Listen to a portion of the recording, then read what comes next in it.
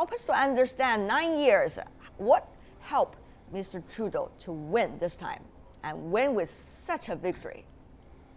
Well, it was certainly a very interesting election. It was the longest election in modern Canadian history, so it just kept going on and on and on as far as the campaign goes. I think the big issue here was that voters wanted change, and Justin Trudeau emerged as by far and away the candidate for change in this election. So he didn't just defeat Stephen Harper, he also defeated his other rival, which initially looked like they may well carry this election against Harper. Change, change, and change. That is not a word unfamiliar to the American years. Mr. MacArthur, during President Obama's campaign, he used changes a lot. But let me ask you this. Mr. Trudeau has been talking about some changes in terms of its foreign policy and also how Canada should look at itself. More participation inside the UN. Does that mean a breakaway from the favorite position of having very close allies with the United States? Well, I should clarify, I'm Canadian, and so I watch these issues in both countries carefully. And I think that we have to understand, first of all, that there hasn't been that big a rupture between Canada-US relations in the past. This is a very deep partnership going back, of course, centuries. And there were some differences of opinion, and there were a lot of areas of agreement. I think that the new Trudeau government will focus on, renewing the relationship as any new leader would. And also there will be areas of strong agreement, like climate policy, where Prime Minister-elect Trudeau has said he really wants to focus on a new approach to climate. He'll probably also focus much more on the role of multilateral institutions, the United Nations. The Harper government didn't have always a terrific relationship with the UN, lost an attempt to get elected to the Security Council a couple of years ago. That was seen as a problem moment. And so we'll probably see more of a multilateral approach, but there will be differences of opinion too. Canada just pulled out or announced that it's going to be pulling out of the bombing with the ISIS campaign. That's right. That the US has been supporting. That's a new difference of opinion, and so it's going to change the calculus, but I think the fundamental partnership is pretty strong. Change the calculus to what degree, Professor Cochrane? I want to have your opinion since you are now based in Canada, even though our other panelist is also originally coming from Canada. So help us to understand how much of a breakaway this will be, at least from the Harper administration. Will that, when things continues to evolve, be some kind of surprise, do you think, politically for the closest allies, such as those from the United States politically? Well, this is a return to a traditional Canadian self-image as being a peacekeeping nation, a nation that worked on the international stage through multilateral organizations, the United Nations obviously first and foremost among them. And it's a move away from the tone of the previous government. The tone of the previous government was much more in line, for lack of a better term, with what we might have expected to hear from American Republicans, which it's one thing to hear that from a superpower. It's another thing to hear it from a middle power, if you could say that, in the case of Canada. So we'll see more humanitarian work, foreign aid policy devoted not just to poverty reduction, but also to reducing inequality, less of a prioritization of trade and investment. Obviously, that's still going to be very important, but it won't be a part of the tone, and a lot more attention to issues of climate change and global interventions on the environment and other issues. So the tone will change immediately. Whether or not the policies change in substantively meaningful ways is an open question. I suspect they will. That's just a suspicion. It's anything but clear as of right now. Interestingly, the climate change conference is about to take place very soon. We're going to test whether that's going to change or not. Another important meetings about the G20 is also likely to happen. So that will also test another occasion. So let me come back to you. Earlier we've been talking about, sir, superpower, middle power. Of course, that referring to the United States and Canada, but now there's another power such as China in the Orient. So let me ask you, do you expect much? You already served in the Canada-China Business Council. Much policy change or shifts in terms of Canada toward China? Well, I think it's important for China actually and Canada to remember that Canada-China trade relationship didn't start today. It actually went way back, and Canada normalized our diplomatic relation with China before it happened with the United States. And the Canadian Wheat Board involvement to China, and then, so this is all. Canada was never just yet another Western country to China, and unfortunately, many Chinese youngsters don't remember that. I think with the election, it's an opportunity for the Chinese to actually revisit the history between the two nations, and the. In terms of the new Prime Minister Trudeau himself, and then his father when he was the Prime Minister, Pierre Trudeau, he was the one that started negotiation with China back in 1968 and normalized the relationship.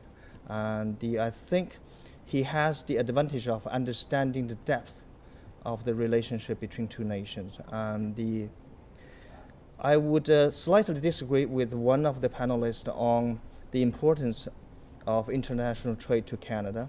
You know, Canada is deeply dependent on international trade, probably more so than many of the other major nations. You know, our internal research showed that 30% of Canada's GDP derives from export. I see. 20% for China, 13% for the United States.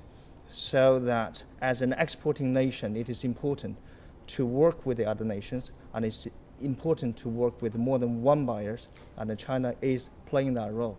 Let me ask you this. I hate to ask this, but it is an ever more relevant question, it seems, if we look at the geopolitics these days.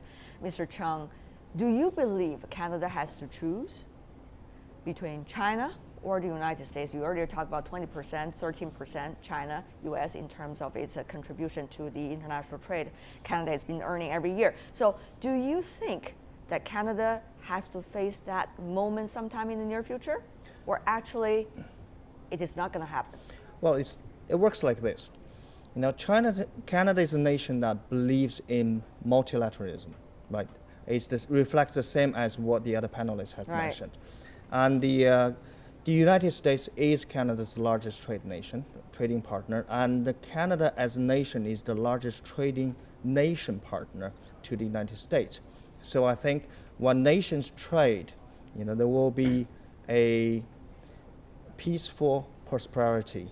Right? We hope to see more trade and investment going between Canada and China, but yes, indeed. China is the second largest trading partner, but there's still quite a big gap between where China is and the United States. We've been hearing some business community's voices, a lot of numbers going on over there, but let me come back to you, Mr. MacArthur. What do you think? I mean, Canada, it is now facing even about trade, and it also reflects the international debate about geopolitics as well. NAFTA, of course, Canada has been there for 20 years, and Canada has also been the supporter of TPP, even though Canadian Parliament has to approve that before it comes into being. But some say that's already the kind of choices Canada has to make. First of all, what kind of North America trading system and geopolitics in the future Canada wants to see? And secondly, how does Canada, in terms of international trade, want the rest of the world to see in terms of its relations with the United States, vis-a-vis its relations with others? So, Mr. MacArthur, help us to shed some light on it. Well, I would make 2 points on this. One is, just in the big picture, I would suggest thinking about this as a generational shift. More than a left-right shift. I think that the new government is really part of a new team. Of course, it's the past generation party from 10 years ago coming back in, but it's really a new team in many respects, and a younger team. And so I think they have a fresh, multilateral view on the world. But the second point is that they're very much open for business, and I think this generation is open for business. It's a very inclusive, open, creative mindset.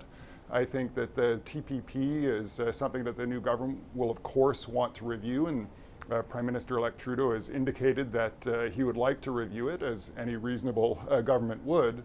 But keep in mind that this is a very civil service dependent government, too. So the bureaucrats play a very strong role. They've been preparing for whatever outcome might happen in a very competitive election. It was very much a three-way race down to the wire. And they ended up pulling off the Liberal Party binders from the shelves and will put forward the options for the new government to make decisions. But there's a very strong cadre of technical experts who have been guiding these conversations at the civil service level. And I think they'll be presenting the choices, and the new government will want to review. But the government knows, I believe, the government-elect, just like the old one, that these multilateral trading system issues are fundamental. And the previous government really emphasized trade deals of various forms as a central plank. I presume this one will want to make sure that both the North American trade alignment is strong. I see. That's been a #1 foreign policy plank of the campaign, but also the global one. I see. Professor Cochrane, you earlier talking about the tones and the contents. Really, your judgment, how much is it really about the changes only in tones? How much will there be the changes really in contents? What would they, from a political scientist perspective, depend on?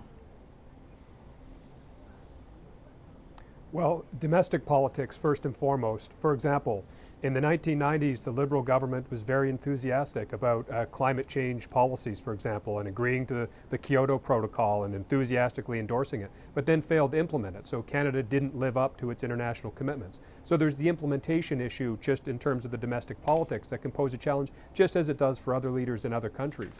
I think in terms of trade, it's important to keep in mind that the Liberals are fundamentally committed to trade and liberalized trade agreement. It's a core element of their ideology. In fact, Pierre Trudeau notoriously didn't get along very well with Richard Nixon, in large measure because Pierre Trudeau was pressing Nixon on issues of free trade. So the Liberals opposed the free trade agreement as it was in the 1988 election, as it was proposed, but admitted afterwards that they were committed to open trade. They just didn't feel that that agreement was in fact a genuine, true free trade agreement between Canada and the United States. Right. So I suspect that there is virtually no likelihood at all of Canada pulling out of the TPP. We'll stay there, and there will be a broad commitment to trade. As another commentator mentioned, it's fundamental to Canada's economic interests, and it's at the core of both the Liberal and Conservative parties. Mr. Chung, though, this has to go through another debate inside the Parliament, and of course, this could be quite a political process. Will there be much difficulty as you see ahead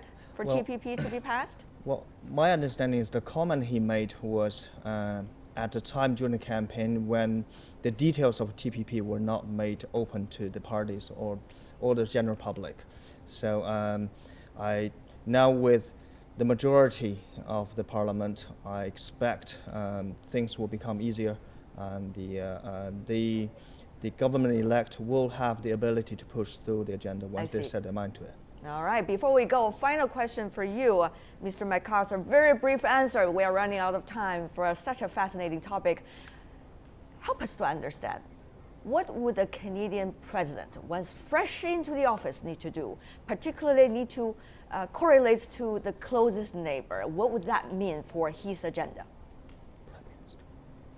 For the Prime Minister? Yes, the Prime Minister. I think it's already started. He had a call with the President yesterday, the day before yesterday. They're going to be talking about G20. They're going to be talking about Keystone. They're going to be talking about TPP. I think this is first to set the relationship, and second to deal with the issues that are on the table in the next 3 months. And there are many of them, and they'll be working in an orderly fashion to get through them.